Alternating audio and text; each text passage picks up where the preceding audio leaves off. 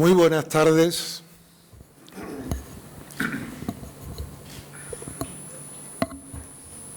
En nombre de Dios y de nuestra titular Santa Isabel de Hungría, abrimos esta sesión académica, pública y solemne para dar posesión de su cargo como académico de honor numerario al excelentísimo y reverendísimo señor don Juan José Asenjo Pellegrina, arzobispo emérito de Sevilla.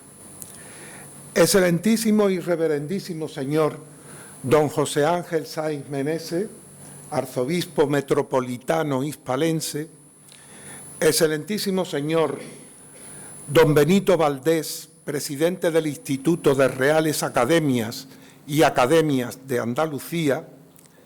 Excelentísima señora doña Isabel de León, marquesa de Méritos y presidenta de honor de esta Real Corporación. Excelentísimo señor don Carlos Infantes Halcón, presidente de la Real Academia de Medicina y Cirugía de Sevilla. Excelentísimo señor don Juan Carlos Cabrera Valera, teniente de alcalde y delegado de Gobernación, Fiestas Mayores y Área Metropolitana del excelentísimo Ayuntamiento de Sevilla.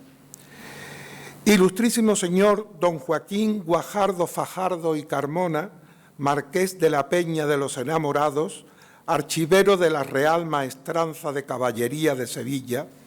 Excelentísimo señor don Antonio Pulido Gutiérrez, presidente de la Fundación Cajasol y académico de honor. Ilustrísimo señor vicepresidente de la Academia de Ciencias, Artes y Letras de Huelva. Excelentísimos e ilustrísimos señores académicos, dignísimas autoridades, señoras y señores. Permítanme recordar a modo de introito que el lunes 17 de mayo de 2010 tuvo lugar el solemne acto de recesión como académico de honor extraordinario de Monseñor Asenjo Pellegrina como nuevo arzobispo diocesano de la sede isidoriana. Su discurso de ingreso versó sobre el pasado, presente y futuro del patrimonio cultural de la Iglesia, cuyas potencialidades evangelizadoras quedaron bellamente sintetizadas en sus últimas palabras, y cito textualmente: anunciar a Jesucristo a través de los bienes culturales es el mejor servicio que podemos prestar a nuestros conciudadanos, compartiendo con ellos el mejor tesoro que posee la Iglesia, Jesucristo, centro de la humanidad, gozo del corazón humano y plenitud total de sus aspiraciones, en expresión feliz del Concilio Vaticano II. Hoy, esta tarde, martes 24 de enero de 2023, don Juan José Asenjo, arzobispo emérito de Sevilla desde el 17 de abril de 2021, fecha en la que el Papa Francisco aceptó su renuncia al llegar su edad jubilar, enriquece hoy la nómina de académicos de honor numerarios de esta real institución, no en función de su alto cargo de gobierno en nuestra archidiócesis, como ocurrió en 2010, sino ahora precisamente por sus méritos propios, por su extraordinaria trayectoria en la defensa, conservación y difusión del patrimonio artístico de la Iglesia Católica.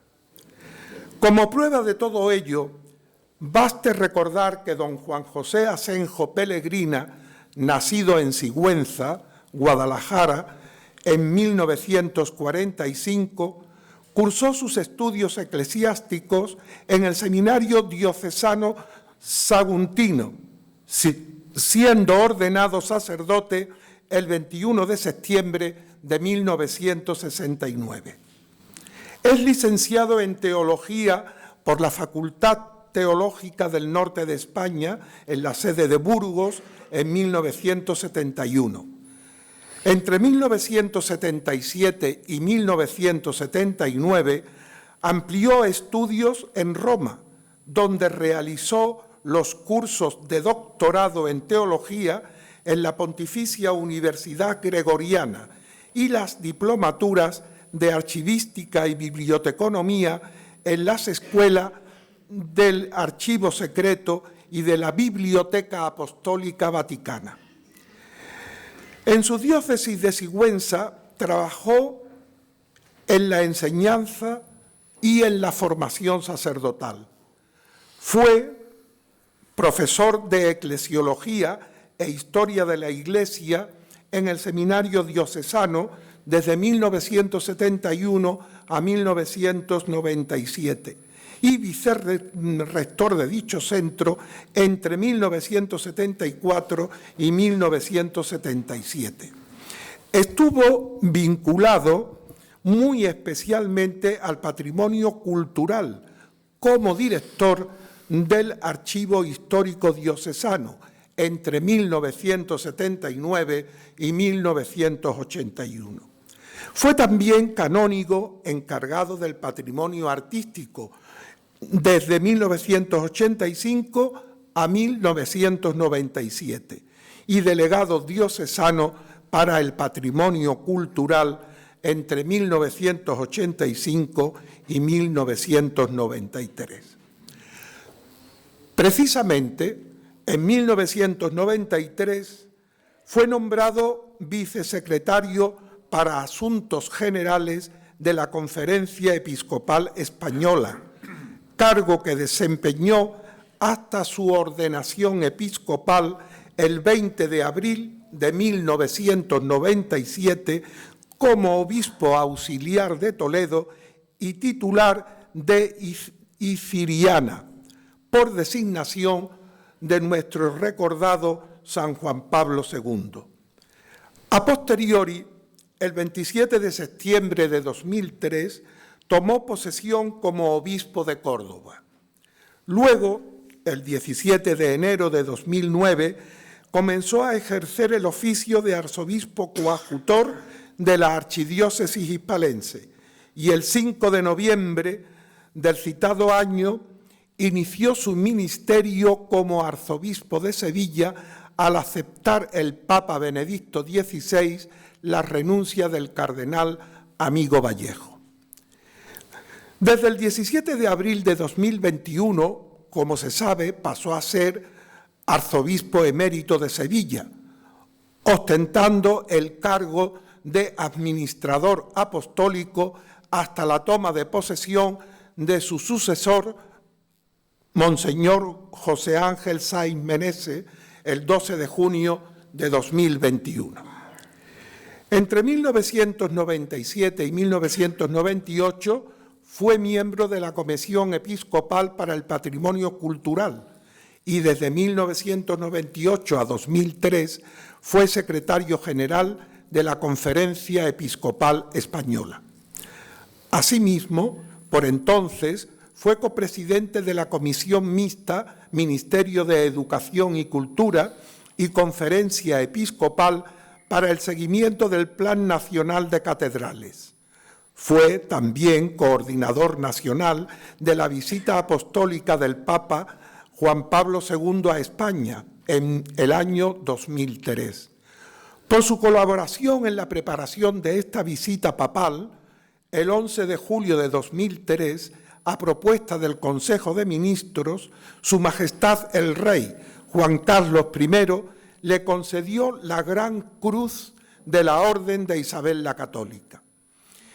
El 9 de marzo de 2005 pasó a ser presidente de la Comisión Episcopal para el Patrimonio Cultural de la Conferencia Episcopal Española. El 8 de octubre de 2009, Benedicto XVI le nombra miembro de la Pontificia Comisión para América Latina y el 25 de noviembre es elegido miembro del Comité Ejecutivo y reelegido el 1 de marzo de 2011. Ese mismo año ingresó en la Orden de Malta con el rango de capellán Gran Cruz Conventual ad honorem. Por delegación de los obispos del sur fue responsable de la Pastoral de la Salud y delegado para las relaciones con la Unión de Religiosos Provinciales de Andalucía, junto con el arzobispo de Granada, Monseñor Francisco Javier Martínez Fernández. Y ya desde marzo de 2020 es miembro de la Comisión Episcopal para la Educación y Cultura. Y concluimos esta breve pero importante síntesis sobre el currículum de Monseñor Asenjo Pellegrina para evidenciar una vez más que tiene méritos más que suficientes por su formación humanística y por su trayectoria en la defensa y conservación del patrimonio artístico de la Iglesia de Sevilla para figurar como académico de honor numerario de esta Real Academia de Bellas Artes de Santa Isabel de Hungría, que hoy le recibe con el respeto, el afecto y la admiración a la que se ha hecho acreedor durante su pontificado. Y ya, sin más, le cedemos la palabra al ilustrísimo señor don Fernando Fernández, secretario general de esta Real Corporación, para que dé lectura al acta de nombramiento de Monseñor Asenjo. Según consta en el libro de actas correspondiente, en la reunión del Pleno Extraordinario de esta Real Academia, celebrado el día 25 de mayo de 2022, se acordó por unanimidad nombrar al excelentísimo y reverendísimo señor don Juan José Asenjo Pellegrina, arzobispo emérito de Sevilla, académico de honor numerario, en atención a su trayectoria en la defensa y conservación del patrimonio artístico de la Iglesia Católica. Sevilla, 24 de enero del año 2023. Y ya, sin más preámbulos, damos la palabra al excelentísimo y reverendísimo señor don Juan José Asenjo Pellegrina, que disertará sobre la Via Pulcritudinis, asistido por el muy ilustre señor don Isacio Siguero, secretario general y canciller de la Archidiócesis de Sevilla. Tiene usted la palabra. Comienzo mi intervención saludando con mucha gratitud a don Juan Miguel González, excelentísimo señor don Juan Miguel González, presidente de esta ilustre corporación. Saludo al señor arzobispo don José Ángel Saiz Meneses, que ha tenido el gusto de acompañarme. Saludo al representante, al presidente del Instituto de Reales Academias de Andalucía, al teniente de alcalde de Sevilla, que nos acompaña, a los señores académicos y a todos ustedes, a las autoridades presentes y a todos ustedes, queridos amigos, que habéis tenido la deferencia de acompañarme en esta tarde. Como ha dicho don Juan Miguel González, no es la primera vez que comparezco en este estrado para leer un discurso de ingreso en esta academia. Efectivamente, el 17 de mayo del año 2010 pronuncié mi discurso de ingreso como académico de honor con el texto titulado Pasado, presente y futuro del patrimonio cultural de la Iglesia, en el que recogía mi experiencia como delegado diocesano y como presidente de la Comisión Episcopal para el Patrimonio Cultural durante 2 periodos. Hoy tengo el honor de ingresar de nuevo en esta docta corporación. Don Juan Miguel González me comunicó a finales de noviembre del año pasado que los señores académicos habían tenido la deferencia de nombrarme por unanimidad miembro de honor numerario de la Real Academia de Bellas Artes de Santa Isabel de Hungría. Mi discurso de esta noche ha sido elaborado a trompicones, porque no puedo leer. Me ha ayudado mi secretario a partir de textos preexistentes. Lo he titulado La vía pulcritudinis como sacramento para el encuentro con Dios. El título no es mío, es del Papa Juan Pablo II en su carta a los artistas en el mes de abril del año 1999. He manejado los textos, discursos, artículos de dos grandes pioneros de este flanco del patrimonio cultural de la Iglesia, la dimensión pastoral o teológica del patrimonio cultural. He manejado el libro, la magna obra del teólogo alemán Hans Urs von Balthasar, titulada Gloria, una estética teológica. Y he manejado también, sobre todo, los discursos, cartas apostólicas del Papa Benedicto XVI, el cardenal Ratzinger. Sobre todo, el libro que publicó siendo todavía cardenal, titulado El espíritu de la liturgia. Tengo que dar la palabra a don Isacio, que va a leer mi discurso. Yo intervendré en alguna ocasión para hacer alguna glosa. No puedo leer y le agradezco a él pues que haya querido prestarme este servicio. Tiene la palabra, por lo tanto, don Isacio Siguero.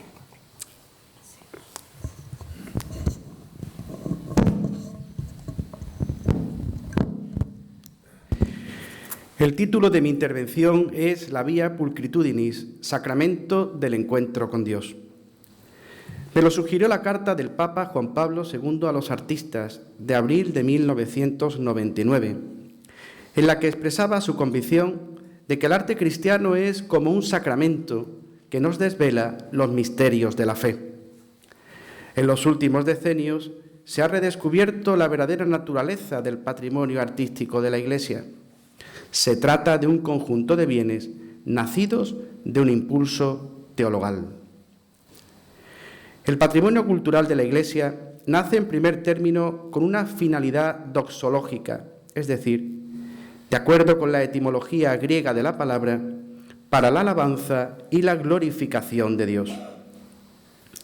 El arte sacro exalta la majestad y la gloria de Dios, su amor y misericordia, que están en el origen del mundo creado y redimido. Los bienes culturales de la Iglesia cantan las maravillas obradas por el Dios creador y redentor. Por ello, narran plásticamente la historia de la salvación para cuantos los contemplan, se sientan movidos a la alabanza y glorificación del amor y la misericordia del Padre, que se nos ha manifestado en Jesucristo. Los retablos e imágenes, iconos y pinturas están al servicio de este fin. La platería que labra los vasos sagrados y modela y repuja los ostensorios y custodias para la adoración del Santísimo Sacramento no tienen por finalidad la confección de objetos de arte, cuyo único sentido es su propia belleza artística. Plata, oro y piedras preciosas tienen la función de mover a la glorificación y adoración del Señor presente en la Eucaristía. La gloria de Dios es el móvil que mejor explica el origen de nuestras catedrales, de nuestros templos, de nuestros retablos, más que los móviles estéticos o decorativos. Así lo entendían en el pasado patronos y mecenas, maestros y artesanos, convencidos de que Dios merece siempre lo mejor. El alma de nuestras catedrales no termina en su condición de yunque en el que se han forjado muchas ideas estéticas y no pocos estilos artísticos, ni en su condición de corazón de la ciudad y elemento configurador de los burgos medievales. La catedral no es simplemente la gloria et splendor civitatis, como calificara a la catedral de Chartres un viejo cronista medieval. Es, sobre todo, la gloria et splendor Dei. Así lo entendía también el pueblo sencillo. La participación admirable de los fieles en la edificación de los recintos religiosos se concretó en múltiples limosnas, donación de terrenos o materiales de construcción o prestaciones personales. Está bien documentado el fenómeno conocido como la devoción de las carretas, que tuvo un auge extraordinario durante la construcción de la fachada principal de la Catedral de Chartres en el comienzo del siglo XIII y que se extendió por toda Francia. En un clima de fervor religioso, de cantos y rezos, hombres, mujeres y niños de humilde condición se aliaron con personajes de la nobleza y de la burguesía emergente para sustituir a los bueyes que tiraban de los carros que transportaban los materiales de construcción. Pero además, en el origen de nuestros tesoros artísticos hay una finalidad evangelizadora. Así ha sido a lo largo de los siglos, si exceptuamos el breve periodo de la crisis iconoclasta. La Iglesia, en su afán por llevar la buena noticia de la salvación a todas las gentes, ha buscado siempre la vía pulcritudinis. Así lo reconocía el Papa Juan Pablo II en la citada Carta a los Artistas. El Papa Benedicto XVI nos pidió múltiples veces recorrer en la pastoral el camino de la belleza. Siendo todavía cardenal, en el mitin de Rímini de Comunión y Liberación en agosto de 2002, nos dejó esta idea verdaderamente luminosa. La verdadera apología del cristianismo, la demostración más convincente de su verdad contra todo lo que lo niega, la constituyen por un lado los santos y por otro la belleza que la fe ha generado. Para que hoy la fe se pueda extender, tenemos que conducirnos a nosotros mismos y guiar a las personas con las que nos encontramos al encuentro con los santos y a entrar en contacto con lo bello. El Papa Francisco, por su parte, estima también que la belleza, en la variedad de sus formas, significa una oportunidad insustituible para la evangelización en nuestro tiempo. En la coyuntura que hoy vivimos, estas palabras cobran una especial actualidad. Junto al arte de la santidad, la contemplación de la belleza es un recurso muy eficaz para evangelizar a un pueblo cada vez más alejado de las verdades de la fe. La belleza tiene más fuerza de transformación que la metafísica y la ética. Tiene también el poder de dignificar la vida de las personas. No se trata de recurrir al mero esteticismo, sino de subyugar con la belleza, que siempre constituye una forma superior de conocimiento, porque remite a la suprema belleza que es Cristo. Los bienes culturales de la Iglesia surgieron, pues, también con una finalidad catequética. Los frescos de las catacumbas o de las basílicas paleocristianas, los mosaicos de las basílicas constantinianas de Roma, los iconostasios bizantinos, los frescos de las iglesias rupestres de Capadocia o de las iglesias mozárabes, por ejemplo, San Baudelio de Berlanga en la provincia de Soria, las pinturas de las iglesias románicas del Pirineo catalán, de los santos Justo y Pastor y de San Clemente de Segovia, el Pantocrátor del ábside de San Clemente de Taúl, hoy en el Museo Nacional de Arte de Cataluña, o la ermita de Santa María de Arcos de Tricio en La Rioja, han sido para legiones de cristianos escalas de Jacob, puesto que les han llevado al encuentro con Dios. Otro tanto cabe decir de las portadas románicas, las vidrieras góticas y los grandes retablos góticos, renacentistas o barrocos, que han sido para muchos cristianos la literatura laicorum, el Catecismo de los laicos, como se les llamó en la Edad Media, o el Evangelio Pauperum, el Evangelio de los sencillos, de los iletrados, en feliz expresión de San Gregorio Magno en su carta a Sereno, obispo de Marsella, que en los años finales del siglo VI había mandado destruir las imágenes porque entendía que el culto a las representaciones plásticas del Señor o de los santos era idolatría. Este es el texto del Papa Gregorio, que muy pronto se hizo clásico. Una cosa es adorar una pintura y otra servirse de una pintura para conocer a quién hay que adorar. Porque lo que un libro proporciona al que lo lee, eso es lo que una pintura ofrece a los analfabetos que la contemplan. Pues en ella los ignorantes ven cómo tienen que comportarse. En ella leen los que no tienen letras. Algo parecido afirma en Oriente el abad San Nilo de Ancira en los finales del siglo IV en carta a Olimpiodoro, prefecto de Constantinopla, que le pedía consejos sobre la decoración de las basílicas. Tal consejo es el siguiente: cubrir las paredes con narraciones del Antiguo y del Nuevo Testamento, pintadas por un buen pintor, de manera que los rudos e incapaces de leer las Sagradas Escrituras contemplen en figuras las obras realizadas por los que sirvieron a Dios y se estimulen a imitarlos. Podríamos citar en este sentido a San Agustín, que comprendió con especial lucidez que la belleza de lo creado despierta en el corazón humano la nostalgia del infinitamente bello. Otro tanto pensaban en la Edad Media Hugo de San Víctor y San Buenaventura, que entendían que la belleza nos acerca al misterio de Dios. El arte cristiano ha sido siempre la Biblia en piedra, en madera, en tela o en metal, con la que el pueblo cristiano, que mayoritariamente no sabía leer o escribir, aprendía las verdades fundamentales de la fe. El arte religioso ha sido a lo largo de la historia de la Iglesia una vía privilegiada de pedagogía de la fe, una pedagogía que ha contribuido a formar comunidades vivas, unidas por la fe, la esperanza y la caridad, algo que en esta hora hemos de tratar de recuperar.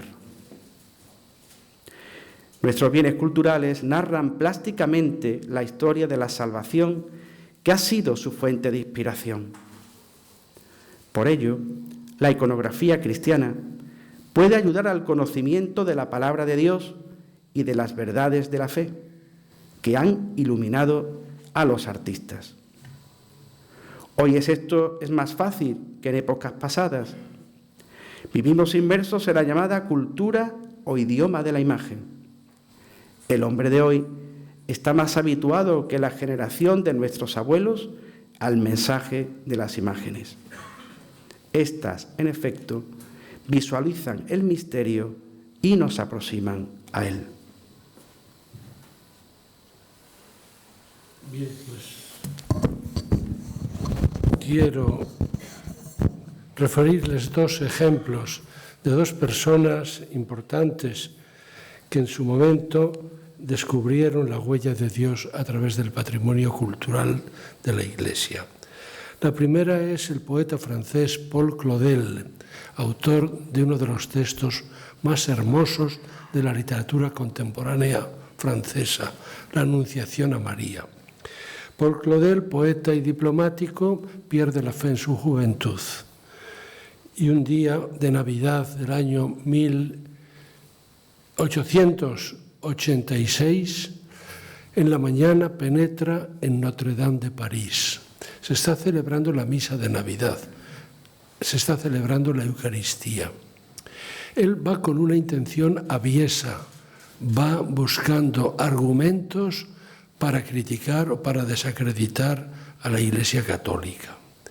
Algo debió sentir en su corazón, puesto que por la tarde volvió a la Catedral de Notre Dame, a la Catedral de París. Se estaban cantando las vísperas. Un coro de niños cantaba el Magnificat gregoriano y alternaba con la polifonía de un coro de seminaristas del seminario de San Nicolás de Chardonnet. La belleza de las bóvedas catedralicias, el aroma del incienso, los sones del órgano, la música, todo fue penetrando en su corazón y en un momento determinado se pone de rodillas, estimando que el Señor ha salido a su encuentro y le toma de la mano. Desde esa tarde, Paul Claudel afirmó que su verdadero hogar era la Iglesia Católica. Caso parecido es el del periodista y escritor francés André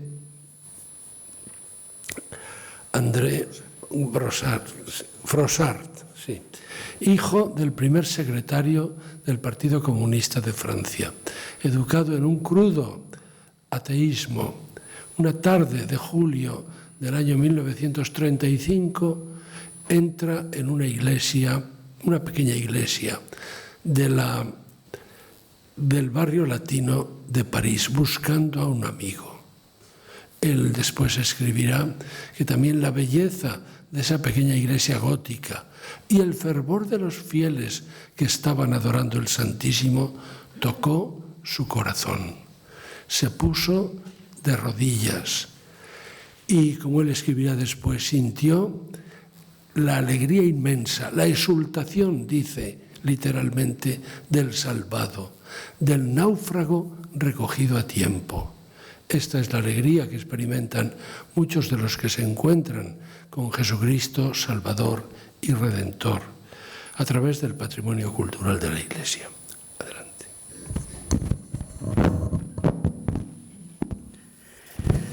La verdad es que la división catequética del patrimonio no se impone sin lucha.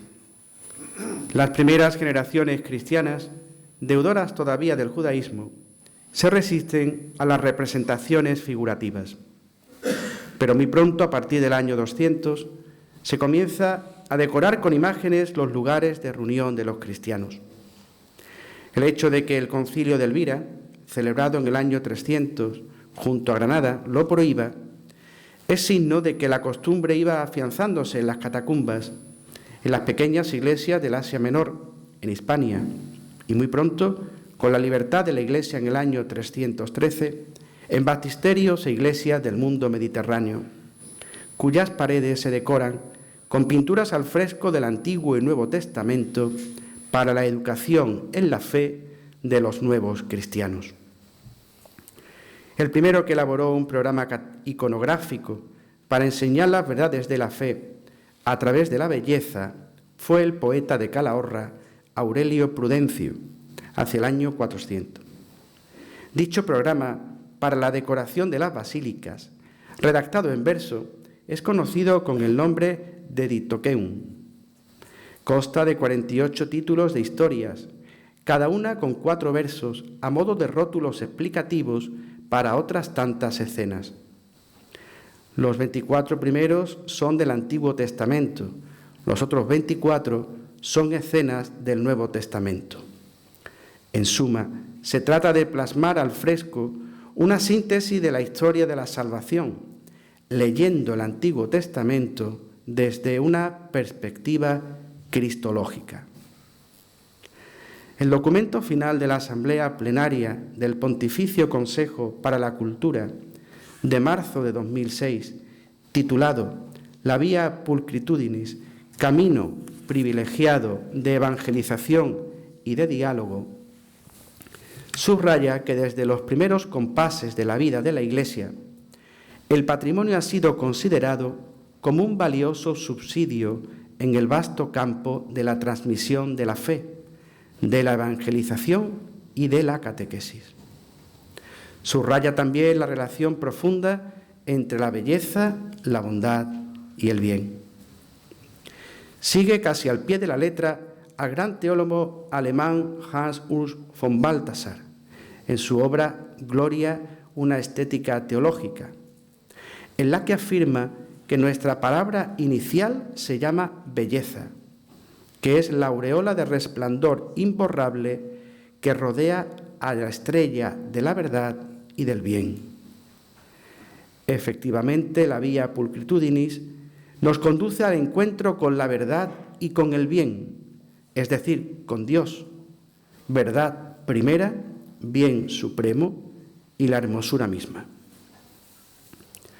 La vía de la belleza es capaz de tocar el corazón y disponerlo para el encuentro con Cristo, el más hermoso de los hijos de los hombres, como afirma el Salmo 45, siendo puente también para el encuentro con su Evangelio.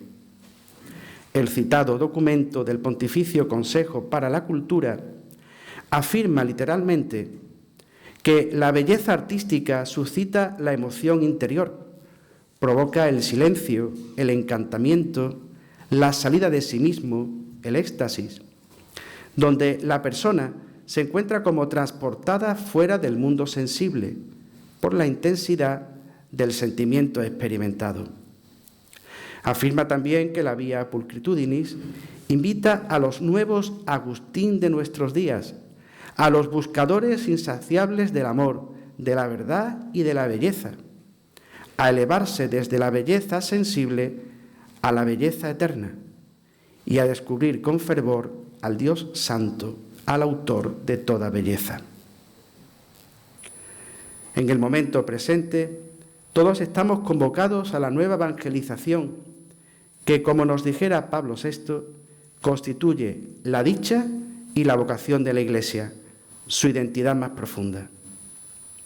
Él nos dijo también, y nos lo repitió docenas de veces Juan Pablo II, que la Iglesia vive para evangelizar y que la razón de ser de sus instituciones y de sus miembros no puede ser otra que el anuncio explícito de Jesucristo vivo, único Salvador y Redentor. Nada necesita nuestro mundo con más urgencia que a Jesucristo, el único que puede dar respuesta a los grandes problemas del mundo, fuente de sentido, de seguridad, de firmeza y consistencia para el hombre y manantial de esperanza para todos. Como nos dejara escrito hace casi 80 años el padre de Libac, la Iglesia tiene la misión de hacer presente a Jesucristo, de anunciarlo, mostrarlo y darlo a todos. Todo lo demás no es sino sobre añadidura.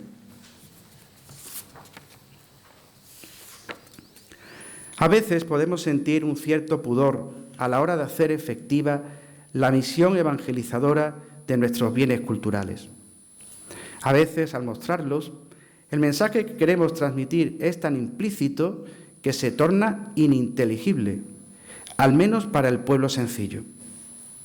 En otras ocasiones, destacamos solo el servicio que la Iglesia ha prestado secularmente a la cultura o a los necesitados, o concebimos la visita cultural como una mera preevangelización, aplazando sine die el anuncio explícito de Jesucristo. En la exhortación apostólica Evangelii Nunciandi nos dejó escrito el Papa Pablo VI que no hay evangelización verdadera mientras no se anuncie el nombre, la doctrina, la vida, las promesas, el reino y el misterio de Jesús de Nazaret, Hijo de Dios. No es ocioso traer aquí el testimonio de un teólogo protestante, Bonhoeffer, ahorcado por la Gestapo poco antes del final de la Segunda Guerra Mundial. No hay mayor impiedad que ofrecer al mundo algo menor que Jesucristo. Nos encontramos con otro obstáculo. El cristianismo ha sido el principal motor del arte a lo largo de la historia y un manantial de creatividad artística de primer orden. Por ello, la secularización, la desertización espiritual, la crisis del hombre y la consiguiente ceguera espiritual, temas todos de los que nos ha hablado con profusión el Papa Benedicto XVI, constituye hoy una inmensa pérdida para el arte. Así lo sentía el pintor Kandinsky en su obra De lo espiritual en el arte. En ella afirmaba que la decadencia espiritual ha conducido a la decadencia en el mundo del arte y a la exaltación de lo feo. No pocos críticos de arte manifiestan un malestar indisimulado ante la fealdad que han añadido muchos de los nuevos templos en las últimas décadas. Consideran además que la fealdad artística no es solo un fracaso del arte, sino también un tránsito a la falsedad, dada la íntima relación entre belleza y verdad. Por lo mismo, la fealdad empobrece o impide la experiencia religiosa, puesto que propicia la incomunicación no solo con la verdad, sino también con la bondad y, en consecuencia, con el misterio de Dios. En su obra El idiota, novela publicada en 1868, Dostoyevski profetizaba que la belleza salvará al mundo. No se trata de una pretensión excesiva, porque el arte tiene, entre otras, la función de inyectar dosis de alma en las venas del mundo. Por eso es tan necesario reanudar el diálogo de la Iglesia con los artistas, interrumpido a raíz de la Ilustración. Es necesario también acompañar a los verdaderos artistas, porque si son capaces de vislumbrar en la belleza del mundo un destello de la belleza divina, entonces el arte abre un puente hacia la trascendencia, un camino hacia Dios que el hombre es invitado a recorrer. Así lo afirmaba el Papa Juan Pablo II en la tantas veces citada carta a los artistas. De este modo, el arte se convierte en un lazarillo que nos lleva de la mano hacia Dios, como escribiera San Juan Damasceno. Más modernamente, el escritor alemán Hermann Hesse, Premio Nobel de Literatura en 1946, afirmaba categóricamente que arte significa, dentro de cada cosa, mostrar a Dios. Algo parecido escribió la filósofa judía Simone Weil. Por su parte, el escritor inglés Cliff S. Lewis, fallecido en Oxford en 1963, nos dejó escrito que la belleza despierta la nostalgia de nuestra patria lejana. La belleza hace llegar hasta nosotros una ráfaga, una bocanada de aire del reino. El arte se torna así en un servicio a la evangelización y el artista en un misionero y un don para el mundo.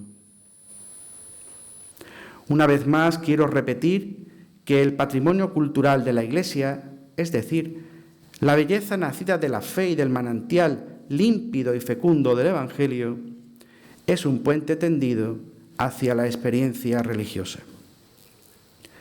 Que esto no es una quimera y que el arte verdadero tiene capacidad para suscitar la nostalgia de Dios y de lo religioso, lo demuestra la historia de la conversión del filósofo español Manuel García Morente.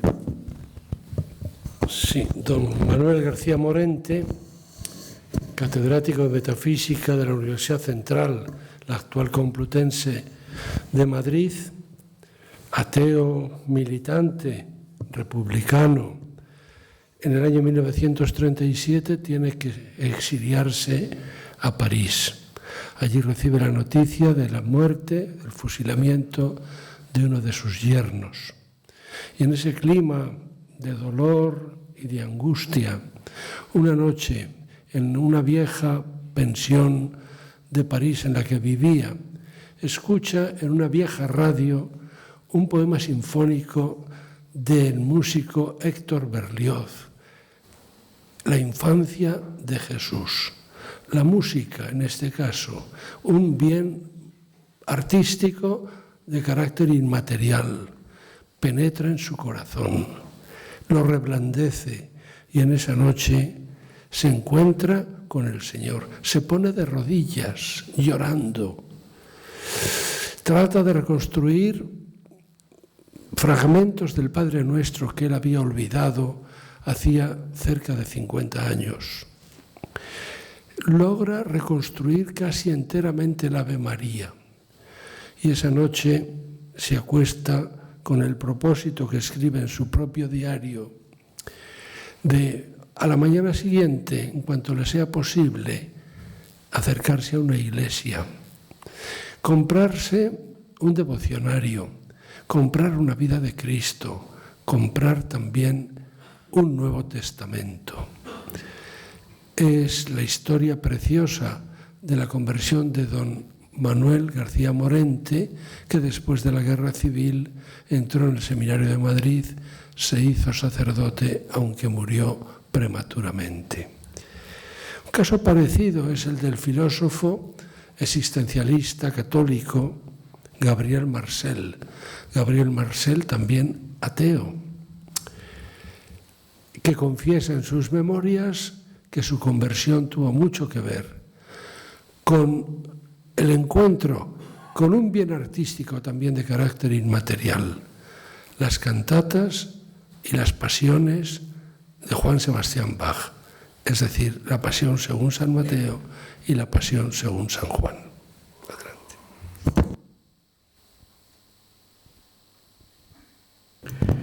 Lo que decimos de las artes plásticas y de la música puede decirse igualmente de la liturgia, que bien celebrada es arte, el ars celebrandi, del que nos ha hablado con frecuencia Benedicto XVI.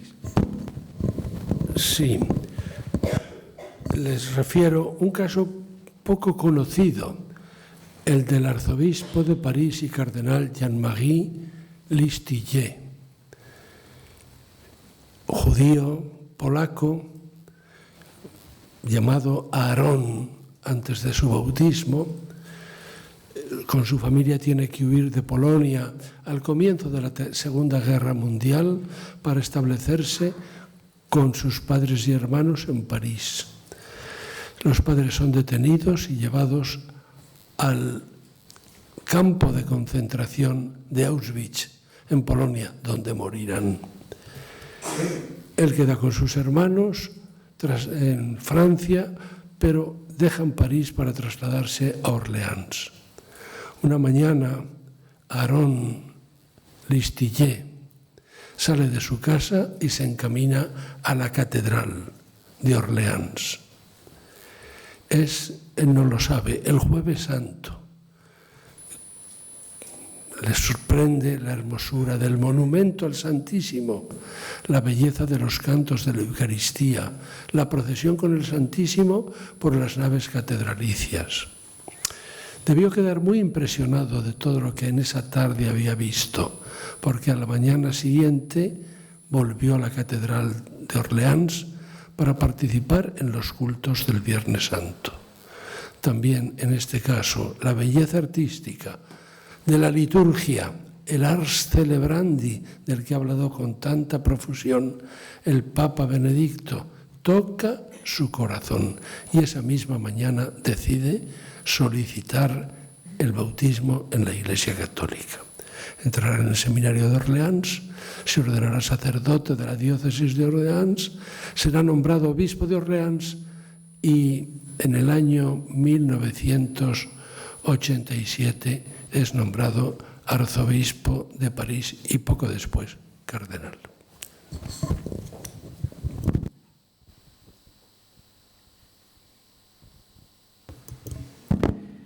Es el servicio de la mistagogía, palabra griega bien conocida en la tradición eclesial, que designa la tarea de introducir a los fieles en los divinos misterios que se celebran en la liturgia, pasando de lo visible a lo invisible, del signo a lo significado, de los sacramentos a los misterios.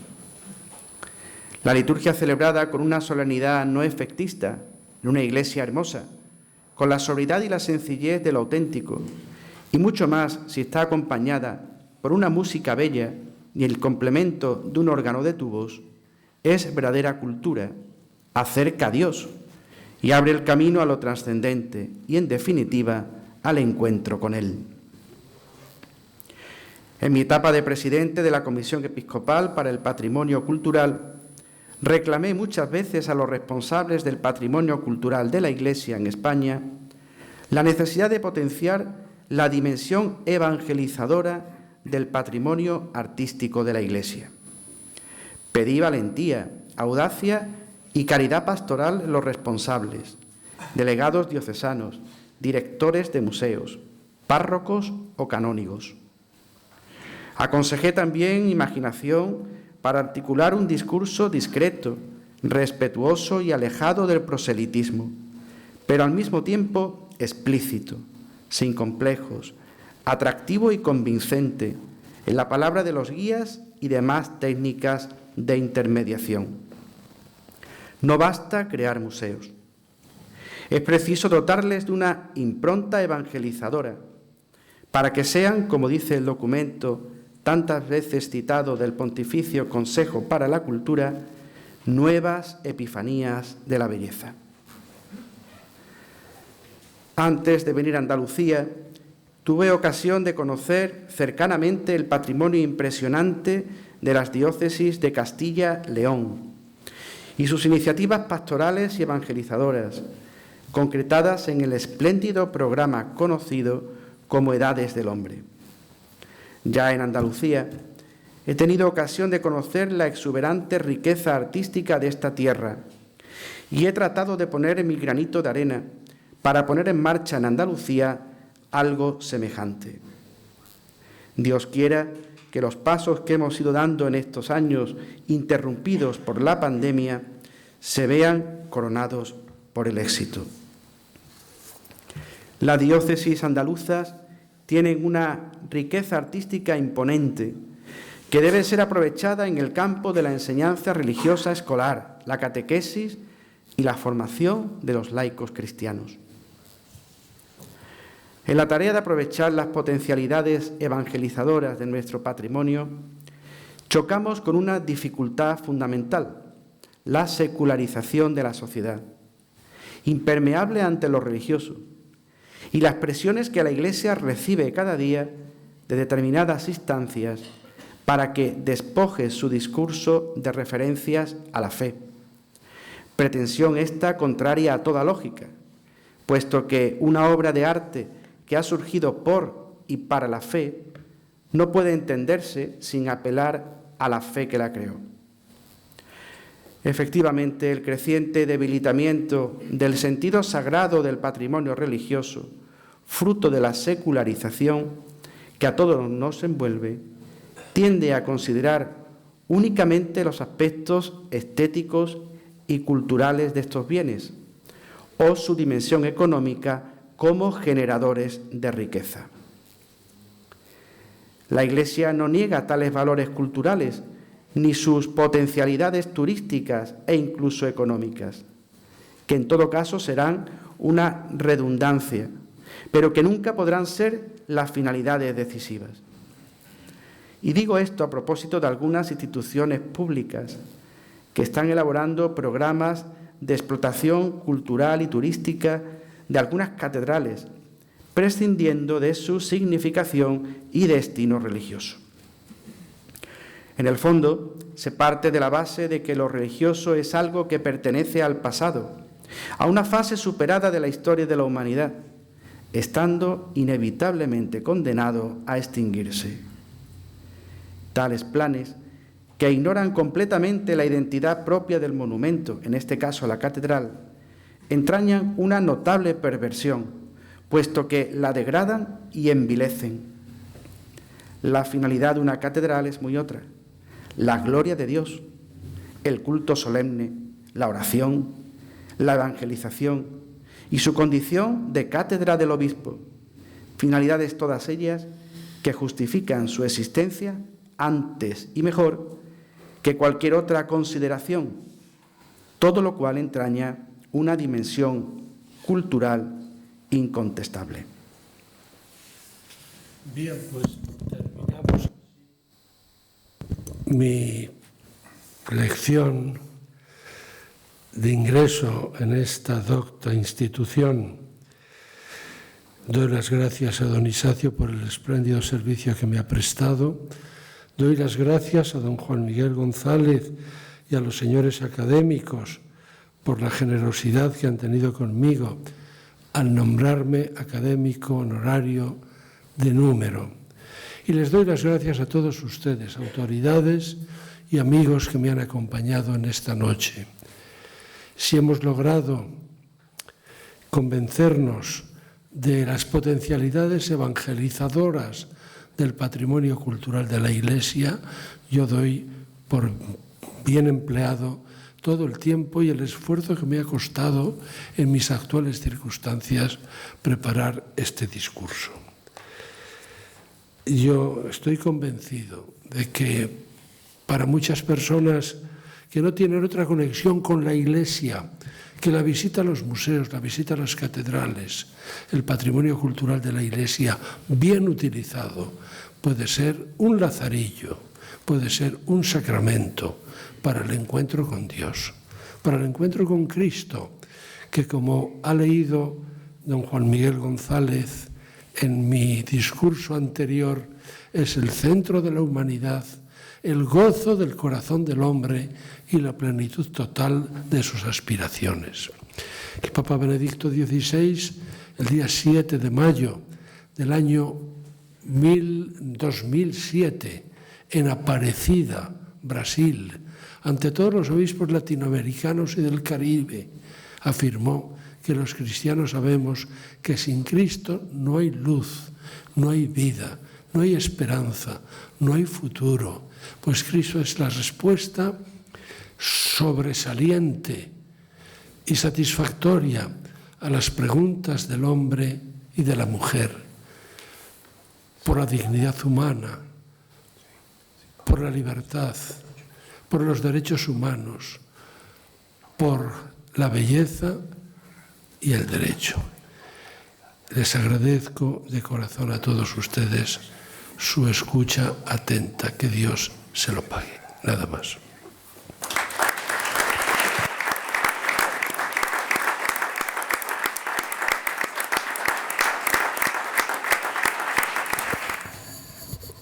Deseo felicitar públicamente, en nombre de todos los que nos encontramos en el Salón de Carlos III, que es el salón de actos de esta Real Academia, felicitar muy sinceramente a Monseñor Asenjo por este discurso de recepción que acaba de regalarnos, porque es un discurso, desde mi punto de vista, de gran profundidad teológica, de una extraordinaria sensibilidad artística y además expuesto con una claridad meridiana que es asequible a cualquier persona.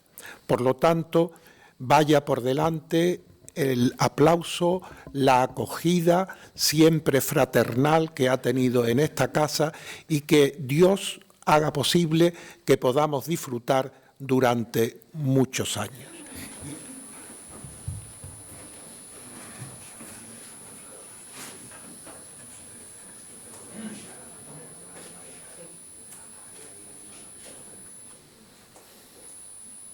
En nombre de Su Majestad el Rey don Felipe VI, por mandato constitucional, alto patrono de todas las reales academias y academias de España, le impongo a Monseñor Asenjo Pellegrina su medalla como académico de honor numerario, que es el cargo que a partir de hoy nos honrará con su presencia. Don Juan José.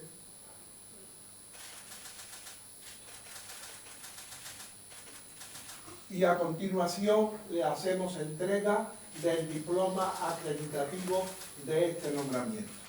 Y que sea por muchísimos años. Muchas gracias.